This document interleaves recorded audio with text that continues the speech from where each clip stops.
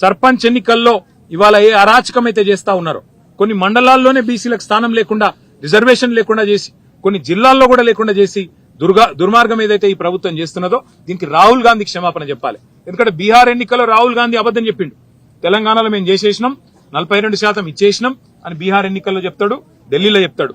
అందుకే తెలంగాణ గల్లీల్లో ఉండే మా బలహీన వర్గాల సోదరులకు నా ప్రార్థన, దయచేసి కాంగ్రెస్ పార్టీ మిమ్మల్ని ఏదైతే నమ్మించి గొంతు కోసిందో బుద్ధి చెప్పండి. ఇవాళ పార్టీ రహితంగా జరిగే ఎన్నికల్లో సిగ్గులేదు ముఖ్యమంత్రికి, మంత్రులకు. పార్టీ రహితంగా జరిగే ఎన్నికల్లో పార్టీ పరంగా రిజర్వేషన్లు ఇస్తారట. ఆ ఎన్నికల్లో పార్టీ గుర్తే లేకపోయా. అసొంటప్పుడు నువ్వు పార్టీ పరంగా రిజర్వేషన్లు ఆడికెళ్ళిస్తావు అంటే నమ్మితే ఇక ఎన్ని అబద్దాలు చెప్తారంటే వాళ్ళకు నిజంగా వాళ్ళ నోర్లకు మొక్కాలే. మళ్ళొక్కసారి ఇవాళ వీళ్ళ నిజరూపం బయటపడ్డది.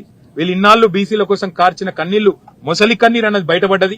కాబట్టి బీసీ సోదరులు, ముఖ్యంగా సోదరిమణులు, మీరే బుద్ధి చెప్పాలా ఈ దుర్మార్గమైన ప్రభుత్వానికి అని చెప్పి మేము విజ్ఞప్తి చేస్తూ, ఈ రకమైన మోసాన్ని ఏదైతే కొనసాగించే ప్రయత్నం ముఖ్యమంత్రి ఆయన మంత్రులు చేస్తా ఉన్నారో దీనికి తప్పకుండా తెలంగాణ సందర్భానుసారంగా కసిదీరా, కాళోజీ నారాయణరావు గారు చెప్పినట్టు కసిదీరా కాలం వచ్చినప్పుడు కాటేసి తీరుతుందనే మాట కూడా వారికి విజ్ఞప్తి చేస్తాం.